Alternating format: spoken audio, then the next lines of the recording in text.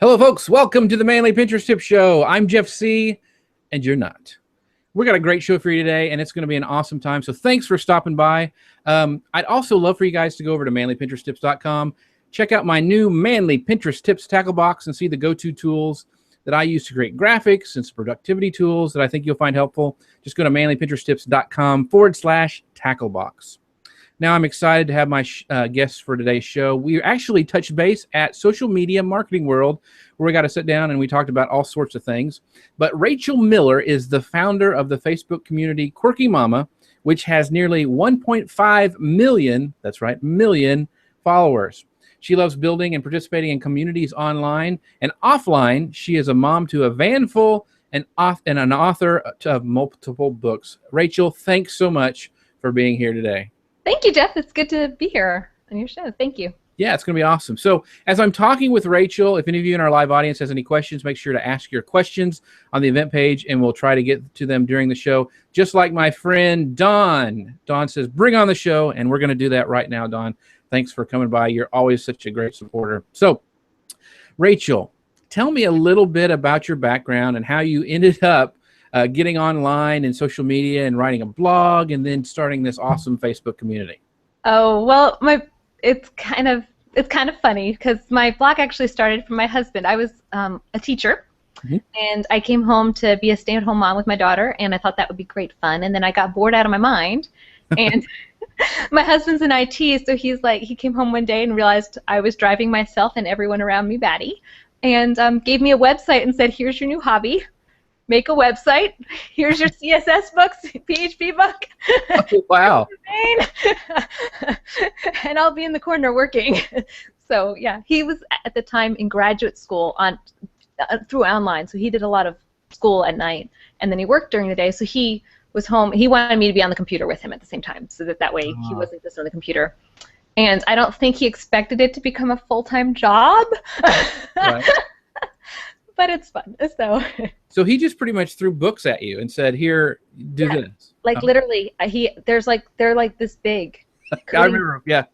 So and it was painful, and then I would have a problem. Like I was hacked once, and I was like, "Honey, what do I do?" And he's like, "It's on page 773." I'm like, I wanted to throw that book at him, but it was the best thing for me. And if I ever got bored, he would keep me in line until it became successful, and then it became something that I wanted to do. Once it became a habit. I don't know if that makes sense, but he helped me learn to enjoy being online. So how did you come up with the name Quirky Mama? Because that seems like there's a story behind it. There was a guy in college who told me I was quirky, and I remember telling him, no, I'm not, and like, what's wrong with you? Like, and for some reason, when my husband, he threw those books at me, and I didn't think about it at the time. He's like, so what's your domain going to be? And I was like, well, I'm a mom now since I have this infant, and I'm quirky. Somebody told me I was, so I must be. So we'll be. That's as much thought as I put into it. Please, wow. Anybody out there starting a website, put a little bit more thought into your URL. Gotcha. So, did you start your Facebook? Did you start it all at the same time, or did like your blog come first, and then you launched your Facebook page, and then how did that kind of happen? Yeah, the blog came first, and I started the Facebook page probably a year or two later. Okay. But when I started it, I didn't put a whole lot of effort into it. So even though we were getting almost 1 million, I don't remember how many we were getting at the time. We were getting a fair number of traffic on our website. We still had a Facebook page that had 13,000. And it was October of 2013, I believe, that I told my business partner, oh, I guess I should backtrack. I did have to sell Quirky Mama because our family kept growing and growing, and I sold Quirky Mama to my business partner, Holly. Right. And then we had more kids, and I never left completely because, I just, right. I loved it. So, and Holly let me stay, so she's awesome. So then at October 2013, I was like, we need to have a Facebook page that's comparable to the size of our website. And so at the time it was 13,000, and we grew it to 1 million 3 days after the day that we said. Wow. A year and 3 days after we said we were going to grow it. So that was really fun to put that energy into it and see it just explode. Right. Well, and Holly's been on the show before too, but I want to make sure that people understand you guys pretty much grew that without paid traffic, right? I mean, it was pretty much all organic, right? 100% organic traffic. That's how we grew Quirky Mama. We just did it with lots of work. Wow, that is just incredible. That's incredible. It was a lot of fun. I really had a lot of fun doing that. That was one of my highlights of my life, looking back. So wow. So here's the question I have: like when you were first starting your blog, and you said you were getting like 1 million hits, it sounded like pretty soon after you started it, you really got some significant traffic. Oh no, no, okay. no. I had the website. We started it. Oh, I can't remember exactly the year number, but we started it a while ago when my kids were babies. Okay. And my oldest is now 9, so I'm thinking she was probably 1.5 years when I started it. So probably at least 7, 8 years that we've had the website. Gotcha. Running, gotcha. I don't remember the exact. I wrote it down somewhere. So well, when you first started, were you blogging like every day, or what was your like schedule that you were doing? When I started, I didn't go public with my website until I had 100 articles on it. And that's when I then joined like little online groups and communities, and then it grew. I don't remember how it grew exactly in those beginning stages because I had a lot of babies close together, so I would take months off whenever I would have a new child, and then we were adopting, and I knew we were going to be bringing home 2 boys, and when they came home, most kids who come home with a trauma experience, they need a lot more care. And so since I was bringing home 2 boys with who needed extra care, I knew there was no way for the next 6 months I was going to blog at all. And so I knew it was going to die if I didn't keep it up. And that's when Holly joined me. And then it exploded. Then it exploded a good bit. But then it also exploded when we brought Jamie Harrington on. Gotcha. So those 2 changes made the blog just explode. And I think it's when you have 2 minds working. If you have 2 minds working on something, one, you don't get stuck in your own personal rut. And right. you like clash against you, and you have somebody teaming with you, so you're not alone, and you're not like trying to roll the wheel by yourself anymore. Right.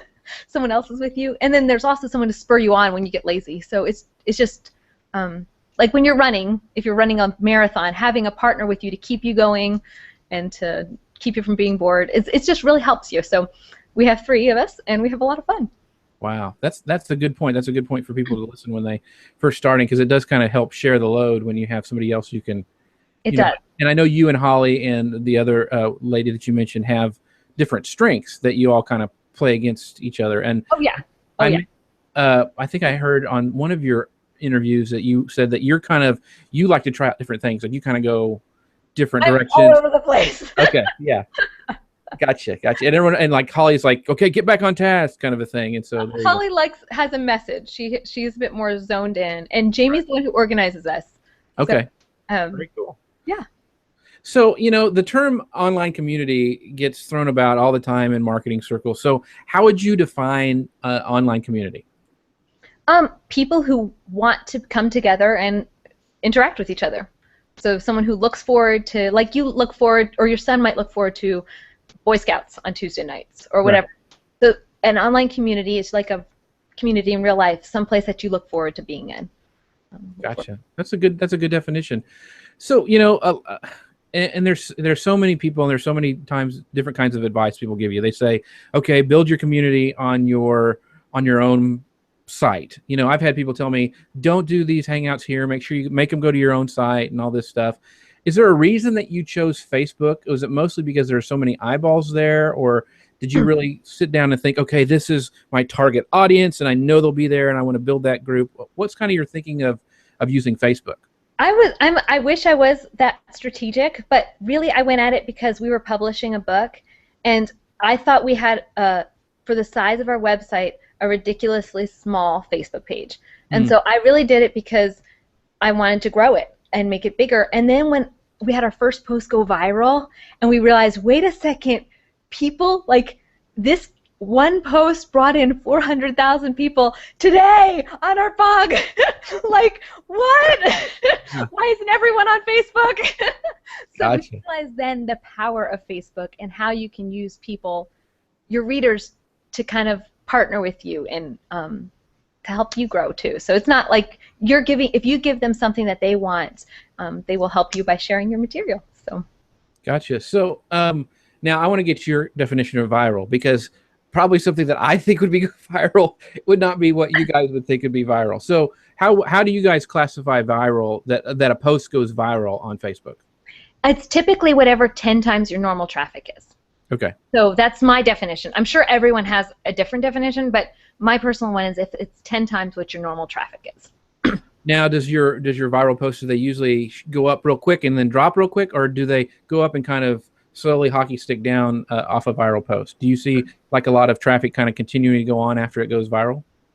With viral traffic, a lot of times it can, well, before Facebook changed, like they've changed their algorithms a little bit, it used to just spike, and then it would slowly go down, or it would go down and then it would come back up and go back down. Does that make sense?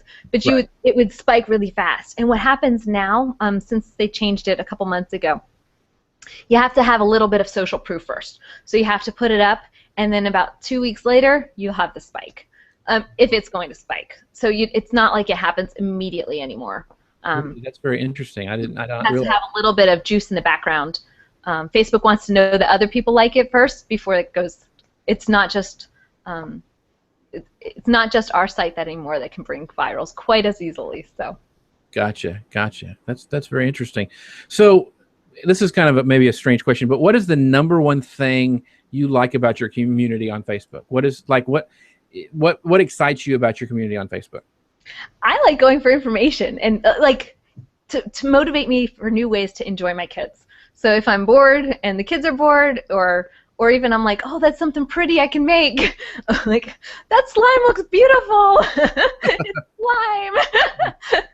And kids love playing with slime. So, you know, just whatever's interesting, and it's half education, half connecting. So. Gotcha. Do you guys find a lot of content, and this is, I guess, a better question would be, do you share mostly your own stuff on your Facebook posts, or do you share stuff you find around the internet that you think would be good to your audience? We try to at least have 1/3 others, and then 1/3 something that we know is going to do really well, because we need to keep the health of our page up. Right. And then 1/3 our own. Okay. So do you go in and do you find a lot of content inside of Facebook that you say, oh, that's really good, and I'll share that, or that, you know, maybe I'll feature that or anything like that, or do you just go and it's mostly, you know, your stuff? Recently, we've become a lot more automated, and that's where I don't know if I mentioned Jamie. She's our third one of our partners. She's helped us organize, and as we've gotten bigger and bigger, we haven't had as much time to devote to things that we love, like Facebook, and it's gotten to be a bit of a beast. So we post like 28 times a day. Like, wow. Like, who has time for that? So because we post so often, and because anyways, we've structured it now where we have, like, how do I say it?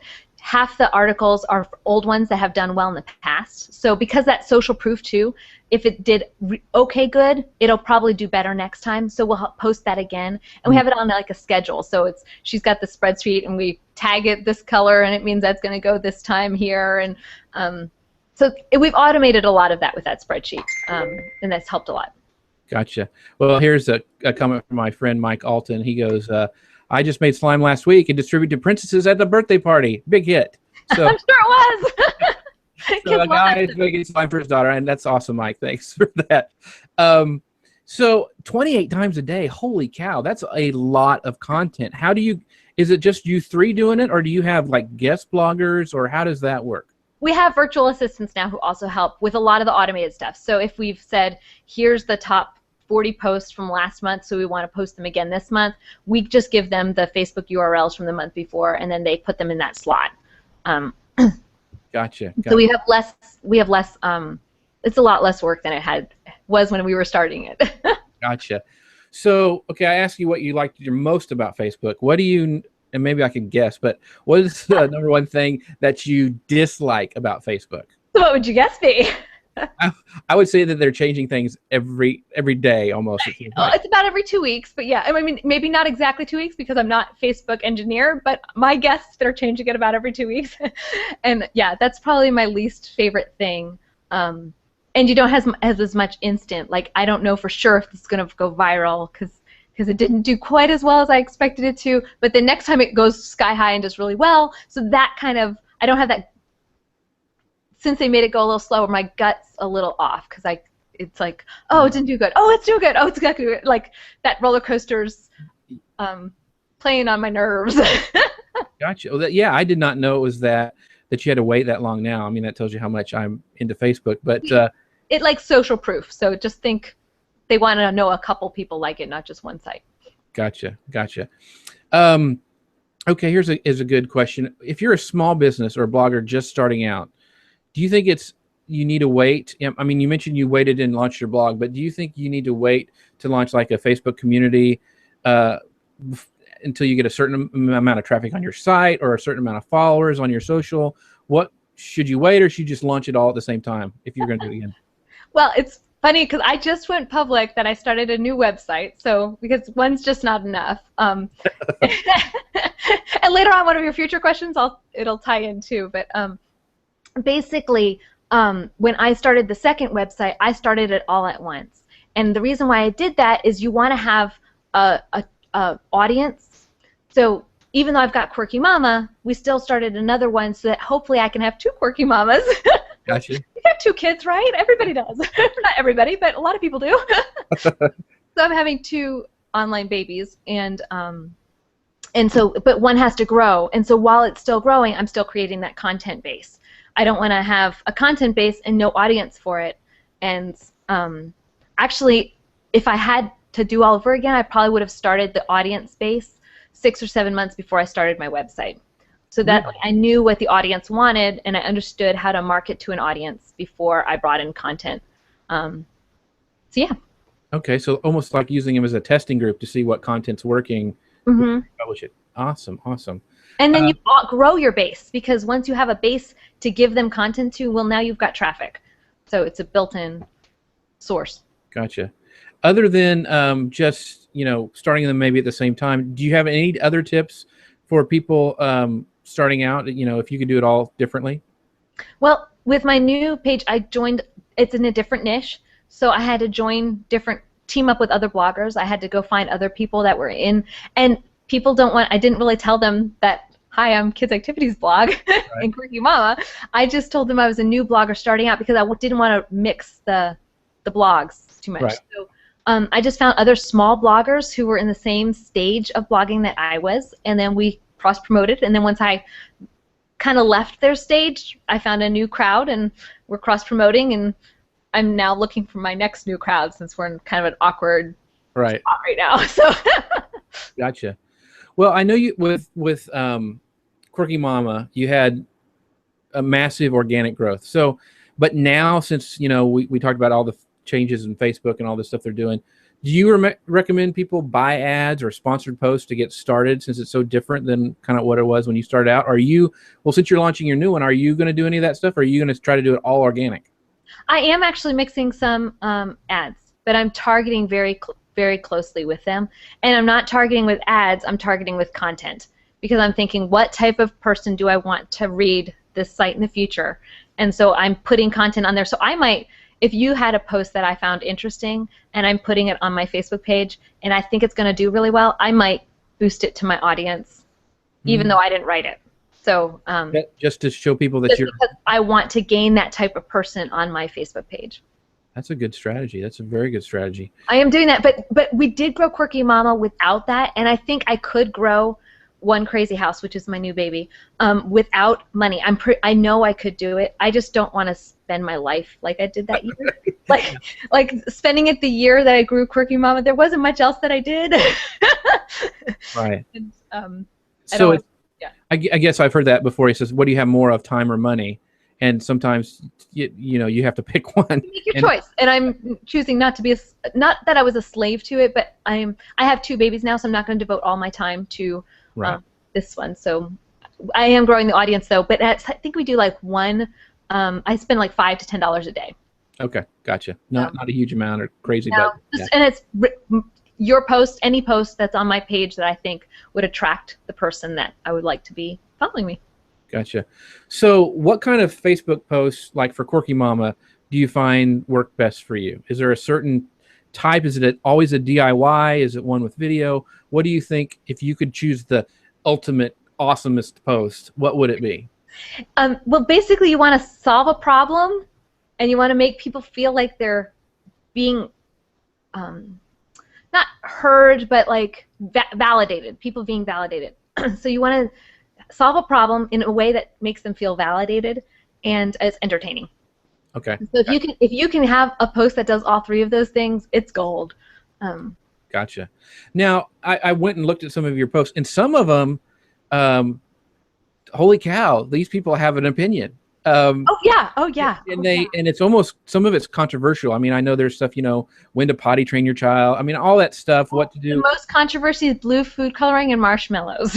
Really? Oh yes. So what if you had blue marshmallows? I know. So do you?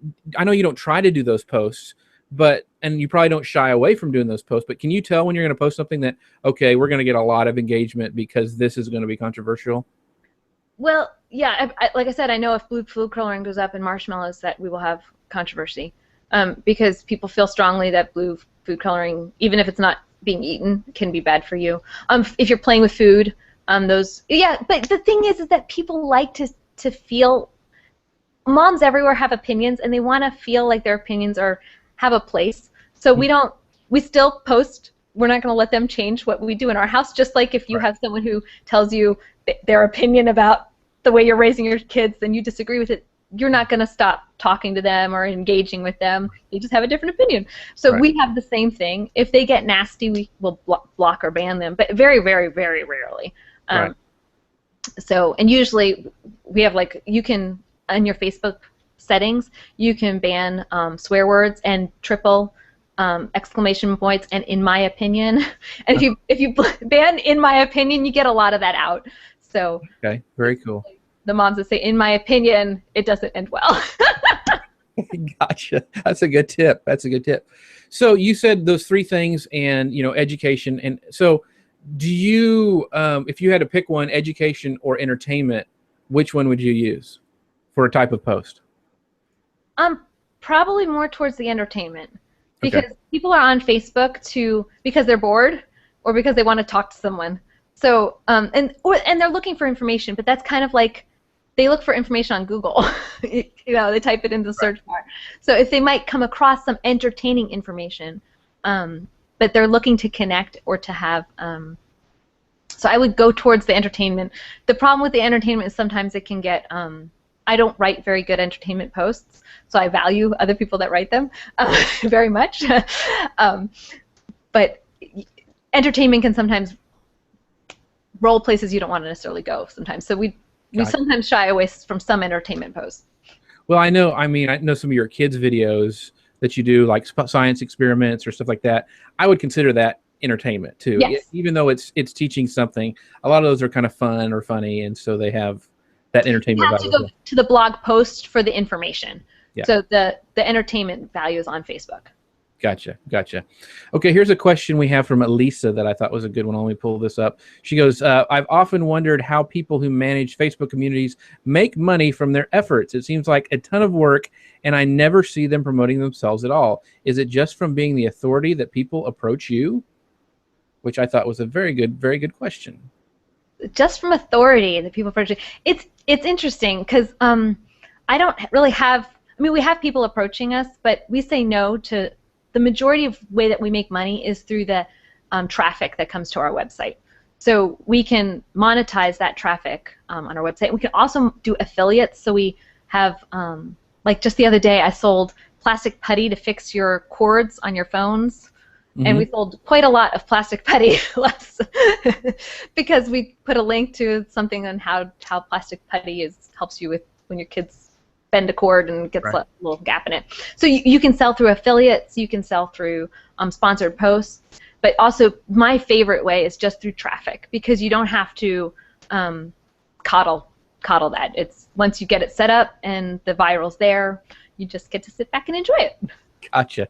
So I didn't ask this, but is Facebook your biggest driver of traffic to your website? I mean, from the social networks, or I know Pinterest plays a big part in that, but I think, doesn't Facebook have the biggest one?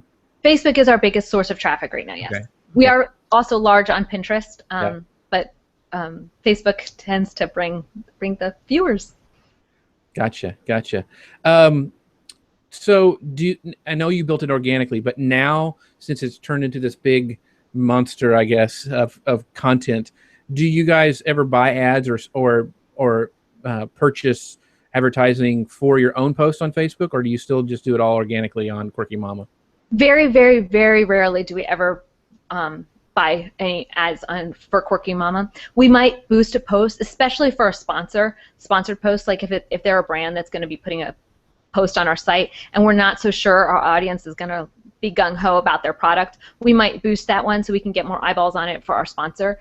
But typically we don't do any paid advertising. For those ones you're doing for sponsors, do you have any like best practices or things you do special when you boost those posts? I mean, do you just hit the boost post button, or do you have things that you guys do to make sure you maximize that money? Yeah, we target heavily. So you want to, if you're looking, I'm assuming you're probably talking about somebody who wants to grow their Facebook page. Sure. You want them to not just boost for, say, women who are 35 to 45. You're going to want them to boost for real women. So think about what real women like. Like the real women might like the zoo. So they boost to the zoo or to a local library. So find the biggest libraries in that area and boost to those, target those libraries.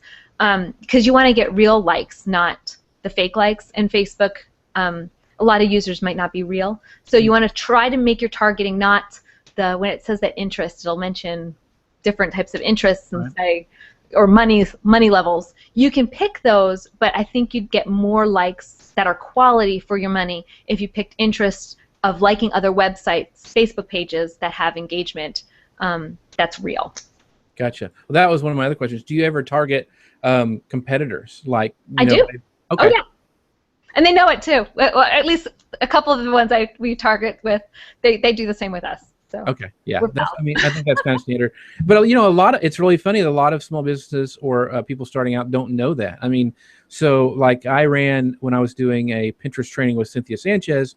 I knew a lot of people were over on Social Media Examiner. I mean, that's who are interested in that stuff. So I was able to target that, and then I drilled down some more. But that worked very, very well. But a lot of people don't think about targeting their competitions or a big company or, you know, something in the industry. So you want to target the person who is real, what the real person that would be interested in your product would target. So the real person would target like the zoo, or for us, because we're a kids' mom site, they'd like the zoo in their local area. They might not like, whereas a large magazine that has a worldwide reach, if I say women, then I could be getting people that don't have anything to do with my site. Very, very cool. Very cool. That's a great tip right there. Is there any like tools or third-party apps for Facebook that you use to grow or manage your community? I mean, I'm just trying to think of, that is just such a huge monster. How do you guys do that? It's huge. We mostly just use Google Spreadsheets. You do not want to use a third-party scheduler because Facebook doesn't like third parties. So you want to, Facebook likes Facebook, so they want you to be on Facebook, but they made a really nifty scheduler and they've got great insights. So we just stick with what Facebook loves because we want to keep, Facebook's one of our customers. So we want to keep Facebook happy so it keeps showing our posts to people. And we want to keep our readers happy. And one of the ways we keep Facebook happy is by using Facebook products. That is a very good point, that treating Facebook like a customer. I mean, I think, you know, and there's a huge debate. I mean, I had an argument with somebody else the other day about, you know, using third-party schedulers for Facebook. I never have because of the same reason. I still think seeing that sponsored by Hootsuite or Sprout Social or whatever hurts your engagement some way. And but people will argue until you're blue in the face to you about that. So I'm glad that you said it, and you've got a million. Well, and we've grown our second page quite fast as well, and both of them we've done without any third-party product. Gotcha. Do you do any? So you do it all like on? Do you like use Trello or anything like that to kind of task manage stuff, or is it all Google Spreadsheets? Spreadsheets, and they're colors. So I have one VA's light green and the other one's white, and then I have a couple yellow slots, and so and then we've got the other spreadsheet is covered with, oh, I don't know, there's like probably 9 colors on there. It's insane. Right. So yeah, we've got it color coded so that the different VAs know their task, and then afterwards we go back and we have somebody that goes through the analytics and checks, this posted well, this one did really bad, don't ever repost this one.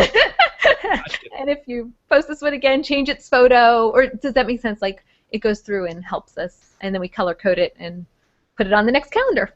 Well, that's encouraging to a lot of people. They think, because they always want to go to the newest and shiniest thing, and you guys have done this with like Google spreadsheets. Yeah. I mean, that's awesome. I mean, I've seen a lot of companies, big companies do that. And I think a lot of times we're told as marketers, we've got to use, this tool and spend $39 a month to get this. And, so it's very refreshing to hear that. Do you guys use any tools to help you find content, or is it all just you guys are out there and you know what your audience wants, you know where to go? Yeah, pretty much you have to be following the crowd. And that's something that Holly, Jamie, and I, we do not outsource that too much.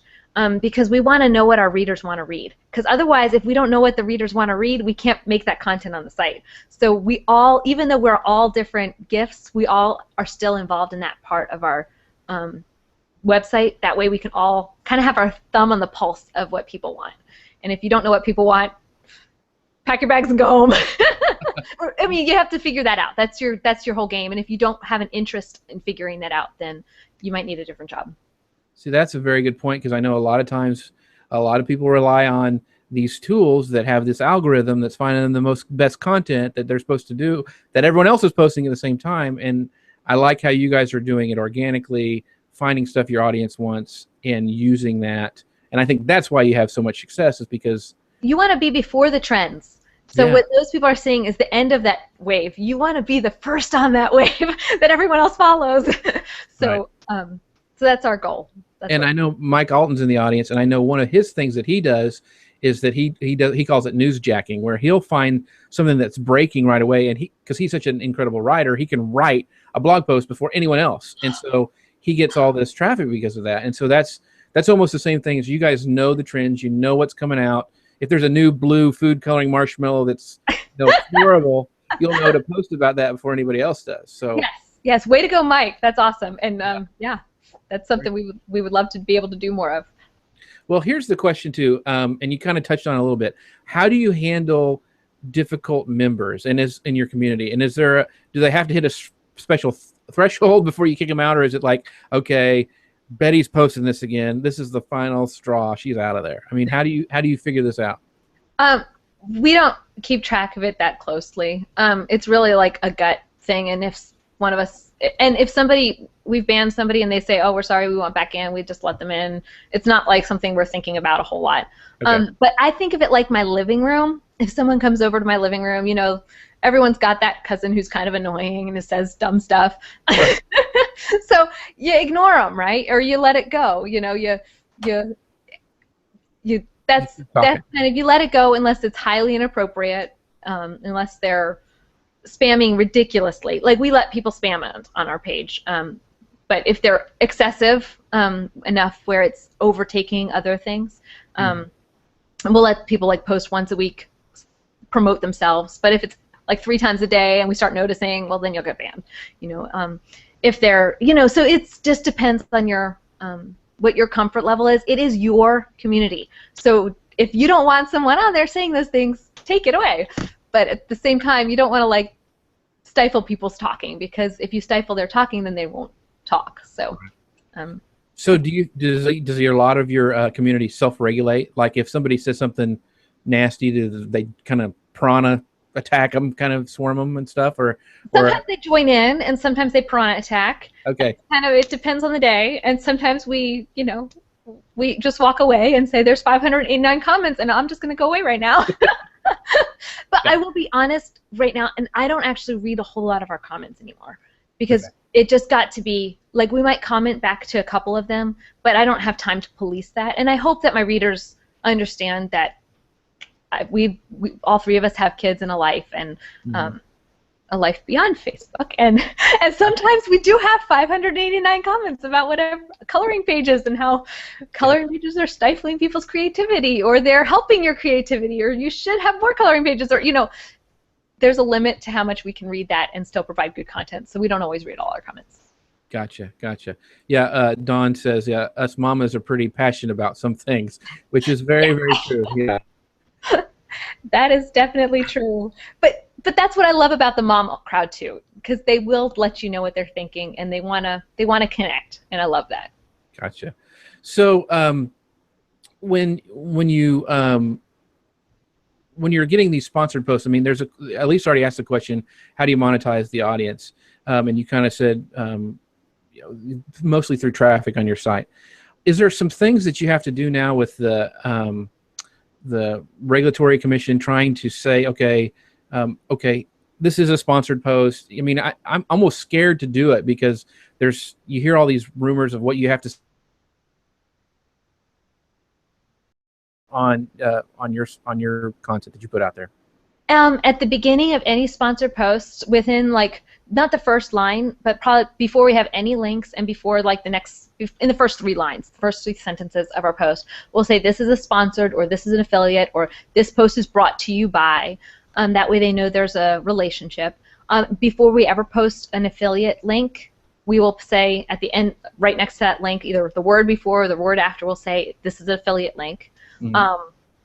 And at the top of a lot of our roundup posts, if we don't remember if there's a link in them or not, we'll say may contain affiliate links. Gotcha. Those old posts that we've gone through. On Facebook, we'll have at the end, we'll either say sponsored or affiliate or ad on anything that's sponsored. Now, after it's been a sponsored post and the time, like 3 months ago, a company sponsored the post and we wrote it and it went viral and it did really, really well. So we reshare it later. I'll reshare it and I won't necessarily add the sponsored or ad because I won't remember I'm doing it. But I hope that the FCC realizes that I'm sharing it again, not because it's sponsored, but because it did really well with traffic and we like traffic. Right. We'll share anything that's got traffic. Gotcha. So do you guys do Facebook contests? I know that I've seen some things that you guys have done, that Holly's done on Pinterest and things like that, but do you guys ever do Facebook contests? And if you do, are there any best practices that you recommend? Holly does a couple, like she'll test them every now and then, but I've never been a huge fan of the contests because I don't think they bring a real reader, a real person. So I know Holly's had some success with them, so and we'll do like reward week where we'll like thank our readers for participating, and we'll have brands send us random stuff. So, we'll have a lot of product that we'll send off in a week and say thank you guys. Here's this toy from this one, this toy from this one. So we'll have like a week every now and then. Usually around November we'll have a week of random toys that we give away. Cool. But it's not, those are more to say thank you to our readers, and we might have stuff from brands for that, but it's more as a gift for our readers. I'm not really looking, I don't think they're a good way to get new readers because they're just coming for a product or for whatever it is. They're not coming to really get your content. And you really want somebody who wants to read what you're going to say in the future to be a real user. And actually, when we were first growing our Facebook page, when it had only 13,000 fans on it, we actually culled. We posted stuff to kind of get rid of the user we didn't really want. The one who wasn't checking, the one who was my grandmother. You know, I mean, we all have that person, and they're not really interested in my content. Right. So if they're not a real reader, we didn't want them. So, and that's one of the things that contests bring. Now, that's a personal opinion, sure. And I know giveaways do the same. So I actually tell brands I don't like to do giveaways. I will only do them if you really make me, and you better pay me more to do a giveaway because I don't want to. So, but that's me because of you have to follow a lot more laws. There's the lottery laws with giveaways.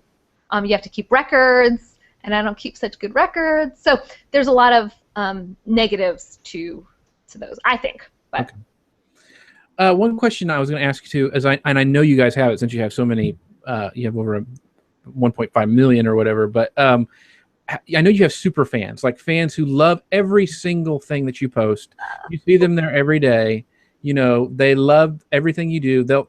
You're going to a new blog or a new thing, they'll follow you over there. Do you do anything to encourage that or help them, or do you acknowledge them? Because I know that's a good way to, you know, say thank you and all that kind of stuff. Do you guys do any of that kind of stuff on your site? It's probably too big to manage, but I was just kind of curious. You know, I've actually met a couple of my fans at like events that I've gone in public, and I don't think of myself as having my face on the website. I think of Holly's face is more prominent than mine. Right. I kind of like it that way, and so it's unusual. It's interesting if someone recognizes me in a crowd. Then I would define them as a super fan because not only did they know Holly, but they also knew me. so yeah, we have a couple, and we tend to do those every now and then, those free toy days. Right. but like I said, those are only like very rarely. And then we try to respond back to them if they have a question. But again, we can't get to all of them because we might have 70 messages a day. Yeah. So yeah, I wish we had more time for that. Yeah, I just was wondering because I know a lot of people say that's one way to grow your audience, but I know when you're that big, that can be a big, just be a monster, another monster you have to deal with. So I wanted to touch real quick. This is kind of our last couple questions, but how do you cross promote your Facebook page on other platforms? Do you say, like on Pinterest, hey, come look at our Facebook post, or vice versa, saying, hey, we got these new boards on Pinterest? Do you guys do cross promotion between the different platforms? I try to do it, if we do it, less than once a month. Okay. The reason being is that Pinterest sees Facebook as its competitor. So it doesn't really like Facebook links. And it doesn't like let you even post pictures from Facebook. Right. And Facebook sees Pinterest as its competitor. Like, why would we send traffic over there? So you actually will have less of a reach on a post when it goes to Pinterest, because Facebook and Pinterest both want you going to the source. So on our pages, on our blog pages, we'll say, go like our Facebook page or go like our Pinterest page, or here you can find us in all these places. But we try to keep going to the original sources whenever possible. Gotcha. But you do, like if you put a new blog post on your site, you will put a Pinterest image that they could pin, and then they also go to Facebook too. It's not one or the other. Gotcha. Yeah. Okay. But those are the share buttons on the bottom of your post. You can have share buttons, and then you also have this like overlay, a widget that when you scroll on the picture, it'll let you pin it. Right. Gotcha. Cool. So last question. Where can we find out more about you and your services and promote your new website? Because that sounds very, very interesting. Oh, the new one is the One Crazy House. And what's it about? Oh, actually, it's like a tips blog. So not kids focused, but it's everything but the kids for moms. So ways to use nail polish to fix things around your house. I'm trying to think of a couple other ones. Life hack kind of life thing. Hacks. That's yeah. It tends to have a lot of life hacks. Very, very cool. So anywhere else we can find you? You want us to go there? You have a Facebook page? I'm on Facebook with Quirky Mama and One Crazy House. I'm on Pinterest as Rachel Sulla Miller. And yeah, I'm on YouTube. I have a YouTube channel. So yeah, we have a lot of fun.